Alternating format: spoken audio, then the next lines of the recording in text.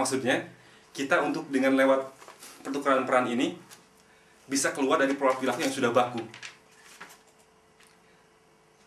Artinya misalnya kalau kita biasanya kalau kita kalah dalam bicara itu kita wah banting buku atau apa. Tapi lewat ini pelan-pelan kita harus bisa memecahkan masalah dan memecahkan konflik itu dengan kepala dingin, tetap objektif. Nah itu. Terus yang ketiga, mengembangkan kemampuan berempati. Mungkin ada pernah dengar istilah empati ya. Jadi empati itu berusaha memposisikan diri pada posisi orang lain. Adalah kecenderungan setiap orang manusia, kita tuh langsung menjudge gitu. Wah, si A atau si B buruk. Ini masalah ini hancur, masalah ini tidak bisa terpecahkan gitu. Si C itu judes, tidak tegas atau apa. Tapi kalau kita dikondisikan pada kondisi si C misalnya yang tadi kita judge jelek-jelek gitu, belum tentu kita bisa berperilaku lain gitu dari si kelakuan si C itu. Oh, baru tahu saya, ternyata si C itu terpaksa dia melakukan tindakan A karena alasannya yang kita nggak tahu. Jadi kemampuan kita berempati itu, kalau bahasa Jawanya mungkin tepo seliro ya, itu akan terlatih lewat itu. Yang keempat, yang gak kalah pentingnya, terutama dalam kultur kita, itu adalah untuk membuka diri dan mengatasi rasa takut. Takut dari apa? Takut untuk berhadapan dengan orang, takut untuk berbicara, takut untuk bertanya. Saya ingat beberapa contoh di sini. Ketika saya masuk perkuliahan di sini,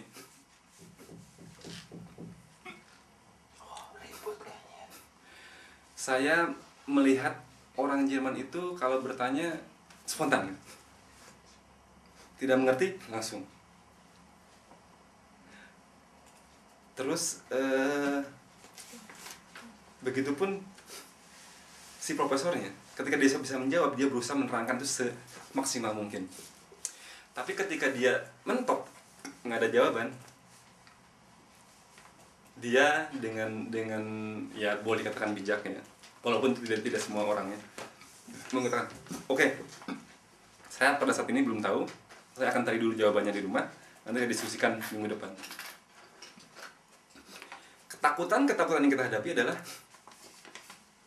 yang tadi saya bilang, takut menerima kritikan, takut bicara, takut bertanya. Nah, lewat permainan peran ini kita sedikit-sedikit akan belajar untuk bisa mengatasinya. Yang terakhir, tujuannya adalah bertukar pengalaman. Seperti yang saya bilang tadi, lewat permainan peran itu kita akan belajar merasakan pengalaman orang lain. Misalnya, kalau tadi peran-peran misalnya, tadi kan si B kan jadi pekerja, si A jadi pengusaha. Itu kan masing-masing akan bergelut dengan dunianya. Ketika kita dibalik peran, si B jadi pengusaha, si A jadi pekerja, B kan akan mengetahui pengalaman gimana sih gua memenang suatu, saya memenang suatu sebagai sebagai pekerja atau sebagai, pokoknya perannya dibalik gitu. Maka dunia yang akan kita lihat itu lain. Nah, jadi tadi intinya metode ini sangat berguna untuk mengembangkan kemampuan kita dalam bersosial, menggunakan ilmu yang kita pernah pelajari, dan mengembangkan kemampuan berkomunikasi. Dan yang paling utama lagi, dalam konteks metode pembelajaran, kita akan senang dibuatnya. Kenapa senang? Karena kita belajar sesuatu melewati tindakan. Kita langsung turun, kita langsung bergerak, kita langsung mengalami, dan itu akan lebih efektif. Kenapa? Penelitian terakhir atau penelitian yang pernah saya baca mengatakan bahwa proses pembelajaran atau seseorang itu paling banyak belajar itu dari hal yang dia lakukan. Lebih banyak daripada hal yang dia baca. Oke, dikarenakan keterbatasan waktu,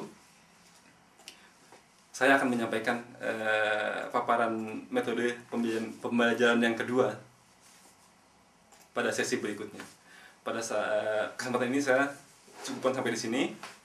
Semoga apa yang saya sampaikan ini bisa berkontribusi, bisa berguna, bermanfaat bagi adik-adik khususnya, juga Bapak Ibu pengajar. Mohon berkenan maaf kalau saya ada kesalahan yang saya sadari atau tidak saya sadari. Sekian, selamat siang, sore, malam.